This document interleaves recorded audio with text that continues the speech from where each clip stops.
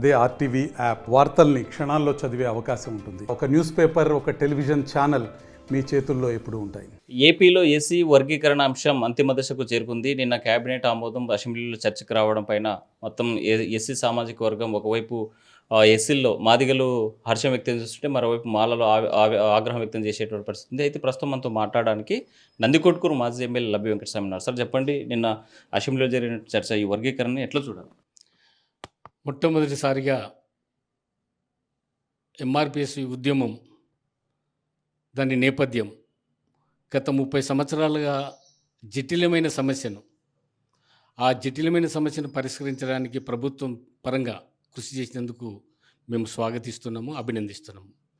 కాకపోతే వర్గీకరణలో ఉన్నటువంటి అంశాలను ఎవరికి వాళ్ళు అంటే రాజకీయంగా ఓన్ చేసుకోవడం అనేది నేను ఒక విధంగా, ఎందుకంటే ఆ వర్గీకరణకు సంబంధించిన అంశాలను ఎన్నో రాజకీయ పార్టీలు, ఎంతోమంది నేతలు కూడా కృషి చేసిన విషయాన్ని కూడా చరిత్ర తెలుసు, సమాజానికి తెలుసు. ఒక విధంగా చెప్పాలంటే మందకృష్ణ మాదిగ గారు ఉద్యమాన్ని స్టార్ట్ చేసినప్పుడు అప్పుడు తెలుగుదేశం ప్రభుత్వం తెలుగుదేశం ఎంకరేజ్ చేసినా కానీ రామచంద్ర కమిషన్ చేసినప్పటికీ ఆ రోజున 2007లో వర్గీకరణ అమలు పరిచినప్పుడు 22,000 మంది ఉద్యోగాలు ఇచ్చినారని నిన్న అసెంబ్లీలో ప్రవేశపెట్టిన చంద్రబాబు నాయుడు గారే చెప్పుకుంటున్నారు. చాలా సంతోషము. అలాంటప్పుడు అంత ప్రయోజనము కల్పించిన చంద్రబాబు నాయుడు గారు ఈరోజు 2 కళ్ళ సిద్ధాంతాన్ని ఎందుకు వాడాల్సి వచ్చింది? 2 కళ్ళ సిద్ధాంతం అని ఎందుకు అంటున్నా అంటే, గతంలో తెలంగాణ ఆంధ్ర విడదీసే క్రమంలో కూడా ఎలాంటి నిర్ణయం తీసుకోకుండా ఆ రోజు విభజనకు కారకుడైనాడు. ఈ రోజున ఏబిసిడి వర్గీకరణ అసెంబ్లీలో ప్రవేశపెట్టి అసెంబ్లీలో ఆమోదించినందుకు మేము సదా కృతజ్ఞతగా ఉంటూ, అలాగే ఆ వర్గీకరణలో చాలా వరకు మాదిగలకు అన్యాయం జరిగిందనే విషయాన్ని కూడా నేను ఈ సందర్భంగా ప్రధానమైనటువంటి డిమాండ్ మాదిగలు ఫస్ట్ నుంచి కూడా ఎంఆర్పిఎస్ ఉద్యమం ప్రారంభం నుంచి కూడా ఎత్తుంది. మాదిగలకు అన్యాయం జరుగుతుంది, ఆ సామాజిక వర్గం ఇబ్బంది పడుతుంది కాబట్టి వర్గీకరణ కావాలని కోరింది. అందులో భాగంగానే కదా ఇప్పుడు ఏబిసిడీలు వచ్చింది. అందుకోసమనే అన్ని రాజకీయ పార్టీల శ్రమ ఉంది. ఒక్క తెలుగుదేశం పార్టీ నారా చంద్రబాబు నాయుడు గారి కృషే కాదు. ఒకప్పుడు నారా చంద్రబాబు నాయుడు గారు రామచంద్ర కమిషన్ ద్వారా వర్గీకరణ ఇంప్లిమెంట్ చేసినప్పుడు సుప్రీంకోర్టు అదే ఇంప్లిమెంటేషన్ను కొట్టేసినప్పుడు ఆ రోజున దివంగత ముఖ్యమంత్రి రాజశేఖర రెడ్డి గారు ఉషా మేర కమిషన్, నేషనల్ కమిషన్ వేయించాడు జాతీయ పార్టీ ఒప్పించి. అంటే ఆయన కృషి కూడా ఉంది. నిన్న చర్చల్లో చంద్రబాబు నాయుడు గారు అసెంబ్లీలో చేసినది మొత్తం కూడా ఏంటంటే, నేను తప్ప వేరే వాళ్ళు ఈ అంశాన్ని కానీ, ఈ సాంఘిక అసమానతలు కానీ ఇంకోటి కానీ ఎన్నో విధాలుగా ఓన్ చేసుకోవడానికి ప్రయత్నించాడు. అవును, తను ముఖ్యమంత్రిగా ఉన్నప్పుడే కదా ఏబిసిడీలు పెట్టారు. మరి అందులో భాగంగా ఇప్పుడు తాను ముఖ్యమంత్రిగా ఉన్నప్పుడే మరోసారి ఈ అంశం చర్చకు వచ్చింది. అందులో భాగంగా తను ఓన్ చేసుకోవడంలో, లేకపోతే ఆ టీడీపీ పార్టీ నేను చేశానని చెప్పుకోవడంలో తప్పేంటి? రామచంద్ర కమిషన్ను ఎప్పుడైతే చేసినాడో రాష్ట్రపతికి ఆ రోజున ఆమోద ముద్ర చేసినప్పుడు అదే రోజున పార్లమెంట్లో, ఎందుకంటే బీజేపీ గవర్నమెంట్, వాజ్పేయి గారి గవర్నమెంట్ ఉంది, ఆ రోజు ఆమోదింపు చేసిండొచ్చు, 341 అమెండ్మెంట్ చేసిండొచ్చు. 30 సంవత్సరాలుగా ఇంతమంది త్యాగం చేయాల్సిన అవసరం లేదు కదా, ఇంతమంది బలిదానం కావాల్సిన అవసరం లేదు కదా. ఆ రోజున నిజంగా నీకు సంఘ సంస్కర్తగా నిజమైన తెలివితేటలు ఉంది, ఇంత దూరదృష్టి నాయకునివి నువ్వైతే, నీ నాయకత్వంలో ఈ అంశాన్ని ఇంతవరకు సుప్రీంకోర్టు ఆమోదించింది, అన్ని కమిషన్లు ఆమోదించినాయని చెప్పుకుంటున్నారు. చాలా సంతోషం. తాను చేసిన చట్టాన్ని సుప్రీంకోర్టే సమర్థిస్తుంది. అందులో భాగంగా 30 ఏళ్ల నుంచి నా కళ ఈరోజు నెరవేరిందని స్వయంగా ప్రకటిస్తున్నారు. కరెక్టే, అందరం స్వాగతిస్తున్నాము.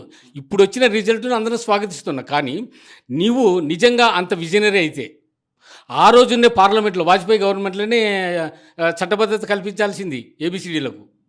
ఈ రోజున చేసిన ఏబిసిడి ఏదైతే ఉందో ప్రపోర్షనేటు రెల్లి, మాదిగ ప్లస్ మాల, ఏబిసి, రెల్లికి 1%, 6.5% మాదిగ ఉపకులాలకు, మాల ఉపకులాలకు 7.5% ఇస్తూ రోస్టర్లో ఏం చేస్తున్నాడు? అందుకే నేను 2 కళ్ళ సిద్ధాంతం ఎందుకు మాట్లాడుతున్నా అంటే, రోస్టర్లో మాలలకైతే 8 అంటే 100 వరకు, మాదిగలకు 6, మళ్ళీ 100 తర్వాత ఎంత వస్తుంది? మళ్ళీ మాదిగలకు 7, మళ్ళీ మాలలకు 7. అంటే జనాభా నిష్పత్తి ప్రకారము ప్రాతిపదికన ఆర్థికంగా అంటే సుప్రీంకోర్టు డెసిషన్ ప్రకారము ఆర్థిక అసమానతలు ఉన్నాయి, అలాగే విద్యా ఉద్యోగాలలో అసమానతలు ఉన్నాయి, అన్టచబిలిటీ ఉంది. దాన్ని 3 వర్గాలుగా ఏదైతే తెలంగాణ గవర్నమెంట్లో ఉన్నటువంటి 3 అంశాలను తీసుకొని అక్కడ ప్రభుత్వం ఏదైతే క్రిమిలేయర్ విధానాన్ని ఇక్కడ వ్యతిరేకించినాయి, అక్కడ వ్యతిరేకించినాయి. కానీ సుప్రీంకోర్టు 7 జడ్జీల ధర్మాసనము క్రిమిలేయర్ అంశాన్ని కూడా తీసుకోవాలి, ప్రాతిపదిక తీసుకోవాలని ఆ విషయాన్ని కూడా గమనించాలి. రోస్టర్ వల్ల జరిగేటువంటి నష్టం ఏంటి? ఎవరికి లాభం, ఎవరికి నష్టం? మాదిగలకు నష్టం ఎందుకు? కేవలం 6% కదా. ఇప్పుడు మాలలు మాదిగల జనాభా నిష్పత్తి ప్రకారము మ్యాక్సిమం ఉంటే 3 లక్షలు అటు ఇటు ఉంటుంది అంతే. వీళ్ళు చూపించిన 2011 సెన్సెస్ ప్రకారము 10 లక్షల డిఫరెన్స్ ఉండదు, మ్యాక్సిమం 3 లక్షలు అంటే 1%. వాళ్ళ ప్రకారము 1%. 1%కి నువ్వు 2% ఇస్తున్నప్పుడు మాదిగలకు నువ్వు చేసిన న్యాయం ఏంది? మాదిగలను నువ్వు రాజకీయంగా ఓన్ చేసుకోవడానికి నీ ప్రాతిపదిక ఏంది? ఓకే, రోస్టర్ విధానంలో ఏదైతే ఉందో రెల్లికి 1%, ఫస్ట్ రోస్టర్ పాయింట్ తీసుకున్నాడు. బి మాదిగ ఉపకులాలు, వాళ్ళకు రోస్టర్లు 7 రావాలి కదా. యాజ్ పర్ రోస్టర్ ప్రకారం 1, 2, 3 అదే కదా రోస్టర్ సిద్ధాంతము. దాన్ని తీసుకుపోయి నువ్వు సీలో పెడతబెట్టు. 100లో సీని ముందుకు తీసుకురావడంలో నీ ఉద్దేశం ఏంటి? అందుకే నీ 2 కాల సిద్ధాంతంతో సమాజంలో అసమానతలు తొలగిపోవు, నువ్వు ఇంకా పెంచి పోషించడానికి ఉన్నావు. దళితులు ఐక్యంగా కావాలనే కోరిక నీకు లేదు. అది ఒక డాక్టర్ వైఎస్ రాజశేఖర గారికి దళితుల ఐక్యత అనేది ప్రస్ఫుటంగా కనపడుతుంటుంది. అంటే స్పష్టంగా చెప్పండి, ఇప్పుడు జరిగినటువంటి వర్గీకరణని మీరు సమర్థిస్తున్నారా, వ్యతిరేకిస్తున్నారా? సమర్థిస్తున్నా. జరిగిన ప్రక్రియలోని లోపాలను మీ ద్వారా, మీడియా ద్వారా ప్రభుత్వానికి, ప్రభుత్వ నేతలకు నేను తెలియపరుస్తున్నా. అంటే రోస్టర్ వల్ల జరిగేటువంటి నష్టం అంటే 1 తర్వాత 7 రావాలి అన్నారు, అది సికి కేటాయించిన అన్నారు. దీనివల్ల జరిగేటువంటి ఉద్యోగాల భర్తీలో ఎలాంటి ఉద్యోగాల విషయంలో, రోస్టర్ విధానంలో ఉద్యోగాలు కానీ, వైద్య, విద్య, ఆరోగ్యాల విషయంలో కానీ, ఎంప్లాయ్మెంట్ విషయంలో కానీ, ఎడ్యుకేషన్ విషయంలో కానీ తీవ్రమైన నష్టం మాదిగలకు జరుగుతుంది. అంటే రోస్టర్ కంపల్సరీ బి నీకు సెకండ్ పాయింట్కి రావాలి. విత్ ఇన్ ద 100 పాయింట్లో, రోస్టర్లో 100 పాయింట్లో నీకు బి అనేది ఇమీడియట్లీ రావాలి, ఇమీడియట్లీ ఎఫెక్ట్. తర్వాత సి. నువ్వు నిన్న అసెంబ్లీలో చెప్పినది చంద్రబాబు నాయుడు గారు ఏం చెప్పారంటే సికి 8% తీసుకోండి 100లో అనే విషయాన్ని చెప్పడం జరిగింది. అది ద్వంద్వ వైఖరి. సో దీనిపైన మీ నెక్స్ట్ స్టెప్ ఏంటి? నెక్స్ట్ స్టెప్ అనేది శాస్త్రీయబద్ధంగా జరగాలనేది మా ఉద్దేశం. జనాభా ప్రాతిపదికన జరగాలని ఉద్దేశం. వెనుకబడిన కులాల్లో ఎవరైతే అట్టడుగు వర్గాలే, ఒక మాల మాదిగనే కాదు, ఇంకా 59 కులాల్లో ఎవరైతే అట్టడుగు వర్గాలు ఉన్నారో, ఇంకా ఇంతవరకు రిజర్వేషన్ ఫలాలు పొందని వాళ్ళు, ఎడ్యుకేషన్ మెట్లు ఎక్కని వాళ్ళు, ఉద్యోగాల ఉన్నతి చూడని వాళ్ళు, వాళ్లకు రిజర్వేషన్ వర్తింపజేయాలనేది ఎంఆర్పీఎస్ ముఖ్య ఉద్దేశం. రంజన్ మిశ్రా యొక్క దాని ఉద్దేశం ప్రకారమే ప్రతి జిల్లాలో పర్యటించింది, ప్రతి సామాజిక వర్గ ప్రతినిధుల నుంచి అభిప్రాయాలు తీసుకుంది. మరి దీన్ని ఎట్లా చూడాలి? రాజీవ్ రంజన్ మిశ్రా ఇచ్చిన రిపోర్టును యథాతథంగా అసెంబ్లీలో ప్రవేశపెట్టడం, దాన్ని ఆమోదించడం జరిగింది. ప్రభుత్వం యొక్క ఎక్సర్సైజ్ ఏంటి? ఇప్పుడు 6.5 ఉన్నావు, 7.5 ఉన్నావు, ఎడ్యుకేషన్ విషయంలో నువ్వు 6.5 ఎట్లా ఫుల్ఫిల్ చేస్తావు? రాజీవ్ రంజన్ మిశ్రా రిపోర్ట్ అది. నీ అడ్మినిస్ట్రేషన్ వరకు వచ్చేదాకా నువ్వు ఏ విధంగా ఆ వర్గాలను, ఆ కులాలను సాటిస్ఫై చేస్తావు, వాళ్ళకు ఫుల్ఫిల్మెంట్ చేస్తావు. ఉద్యోగాల్లో 6.5 కటప్ చేయలేవు కదా, 7% ఇవ్వాలి. అలాగే ఎడ్యుకేషన్ విషయంలో ఒక ఎండి సీటో లేక ఎంబీబీఎస్ సీటు ఉంటుంది, 7.5 ఎట్టిస్తావు మాలలకు? 7, 8 ఇవ్వాలి కదా. ఆ రిపోర్టు యథాతథంగా ఆమోదించింది. నేను గౌరవ ముఖ్యమంత్రి చంద్రబాబు నాయుడు గారికి చెప్పేది కూడా ఏంటంటే, దీంట్లో టెక్నికల్గా ఉన్నటువంటి దాన్ని ద్వంద్వ వైఖరి వద్దు. జనాభా ప్రాతిపదికన ఉన్న లొసుకులు ఏదైతే 2011 ఉన్నారో, ఆది ఆంధ్రలో కానీ కొన్ని లొసుకులు ఉన్నాయి, దానికి క్షుణ్ణంగా అధ్యయనం చేసేసి మాదిగలకు అన్యాయం జరిగింది. ఎందుకంటే మ్యాక్సిమం ఇప్పుడు ఇంతవరకున్న మాదిగ ఇంటెలెక్చువల్స్ కానీ, మాదిగ సంఘాలు కానీ, మాదిగ మేధావులు కానీ, అలాగే ఎమ్మెల్యేలు కానీ, ఎంపీలు కానీ సాటిస్ఫాక్షన్ లెవెల్ మాదిగలకు ఎంత ఉందంటే చంద్రబాబు మీద, అంటే నిన్న చేసిన అసెంబ్లీ దాంట్లో మ్యాక్సిమం 70% ఉంది సాటిస్ఫాక్షన్ లెవెల్. 30% సాటిస్ఫాక్షన్ లెవెల్ విద్యార్థి సంఘాలలో లేదు, అంటే కుల సంఘాలలో లేదు. 100% చేయడం ఎవరు సాధ్యం కాదు. 100% అని కాదు, చేసే విధానంలో ప్రభుత్వము ప్రతిపాదించిన విధానంలో 70% కన్నా సాటిస్ఫాక్షన్ లెవెల్స్ లేవు. కాబట్టి ఆ ద్వంద్వ వైఖరిని వదిలేసి మీరు ప్రస్ఫుటంగా దేన్నైతే నా ద్వారా జరిగింది, మా అమ్మ ఆశీర్వాదం జరిగింది, మందకృష్ణ మాదిగ వల్ల మూమెంట్ అక్కడి నుండి జరిగింది, ప్రతి అంశాన్ని కూడా ఓన్ చేసుకోవడం జరిగింది.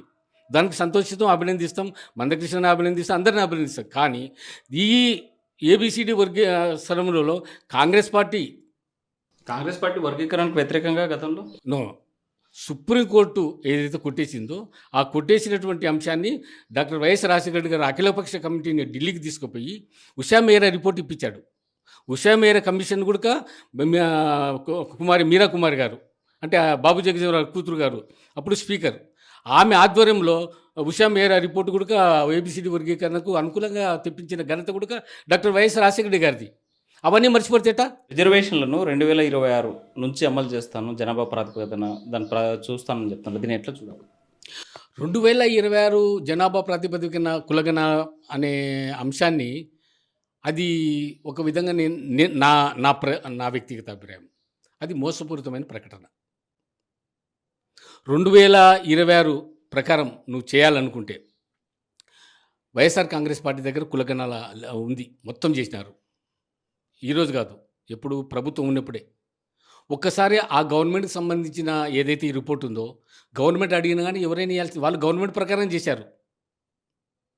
స్థానికంగా ఈ రాష్ట్రంలో ఎంతమంది మాదిగలు ఉన్నారు, ఎంతమంది మాలలు ఉన్నారు, ఎంతమంది రెడ్డిలు ఉన్నారు, అధికారిక లెక్కలా లేకపోతే వైఎస్ఆర్సీపీ లెక్కలా? అది అధికారిక లెక్కలే అక్కడ ఉన్నాయి. 2026 జిల్లా ప్రాతిపదికన అంటే ఇప్పుడు నా వ్యక్తిగతంగా ఏంటంటే అందరు ఎమ్మెల్యేల అభిప్రాయం కూడా అందరు ఏమంటారు, జిల్లా ప్రాతిపదిక అంటున్నారు.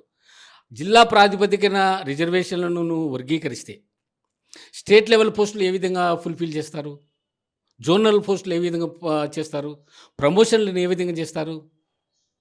స్టేట్ యూనిట్ ఉన్నప్పుడే వీటన్నిటి ఫుల్ఫిల్ చేయొచ్చు. స్టేట్ పోస్టులు ఎట్లా, ఇప్పుడు గ్రూప్ 1 పోస్టులు ఉంటాయి, గ్రూప్ 2 పోస్టులు ఉంటాయి. వీటన్నిటినీ నువ్వు జిల్లా వర్గీకరణ ప్రకారం తీసుకుంటే స్టేట్ లెవెల్ పోస్టులను నువ్వు ఎట్లా ఫుల్ఫిల్ చేయగలుగుతావు? అడ్మినిస్ట్రేషన్ పరంగా చాలా లాస్ అవుతుంది. నీకు అర్థం కాదు కదా. ప్రమోషన్లు క్లారిటీ లేదు ప్రభుత్వానికి. ప్రభుత్వానికి జిల్లా పరంగా చేస్తే ఒక వ్యక్తి ప్రయోజనాల్లో లేకుంటే రాజకీయ ప్రయోజనాల్లో చేయాలని ఎంతోమంది జిల్లా పరంగా వర్గీకరణ చేయాలని అంటున్నారు. అడ్మినిస్ట్రేటివ్ పరంగా అది సాధ్యాలు కాదు. 2026 అనే ప్రకటన